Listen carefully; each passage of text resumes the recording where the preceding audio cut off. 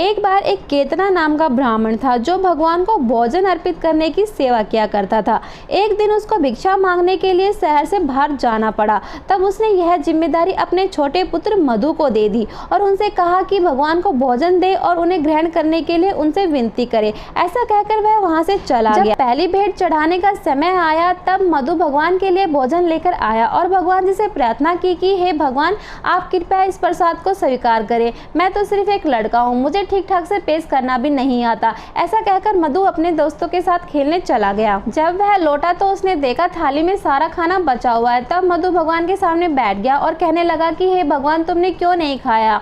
यदि मेरे पिताजी को पता चलेगा तो वो मुझ पर बहुत ही क्रोधित होंगे। और ऐसा कहकर वह रोने लगा और फिर से भगवान जी को खाना ग्रहण करने की विनती कर वहां से चला गया। इसके बाद जब वह लौटा तो उसने देखा कि थाली खाली है और वह खुशी खुशी अपने घर चला गया थाली लेकर। तब उसकी माँ ने पूछा कि खाना कहाँ है? तब उसने कहा कि भगवान जी ने खा लिया। इस प्रकार मधु जब भी भगवान जी को भोग लगाता भगवान जी सारा खाना खा लेते।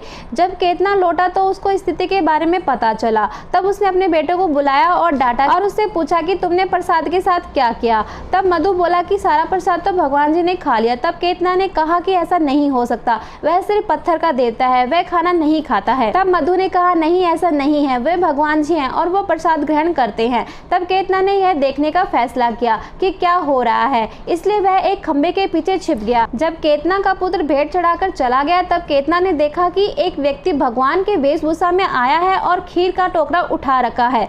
तब केतना ने खंबे के पीछे से छलांग लगाई और भगवान का हाथ झटके से पकड़ लिया, जिसके कारण गर्म खीर भगवान जी के ऊपर गिर गई। तब केतना ने भगवान जी से कहा कि मैं आपकी सेवा इतने सालों से कर रहा हूँ, तब आपने कभी प्रसाद ग्रहण नहीं किया।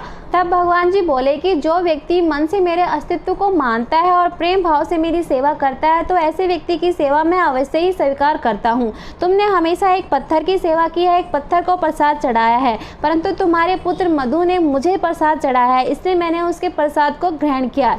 यह कहानी अलारनाथ भगवान जी की है, जिनका मंदिर भारत के ओडिशा राज्य में पुरी जिले के ब्रह्मगिरी कस्बे में स्थित है, जो कि भगवान विष्णु को समर्पित है। आषाढ़ मास के कृष्ण पक्ष में जब भगवान जगन्नाथ की यात्रा के पश्चात उनका दर्शन पुरी में नहीं हो सकता है तो पुरी से 23 किलोमीटर दूर स्थित इस मंदिर में श्रद्धालुओं की भीड़ लगी होती है।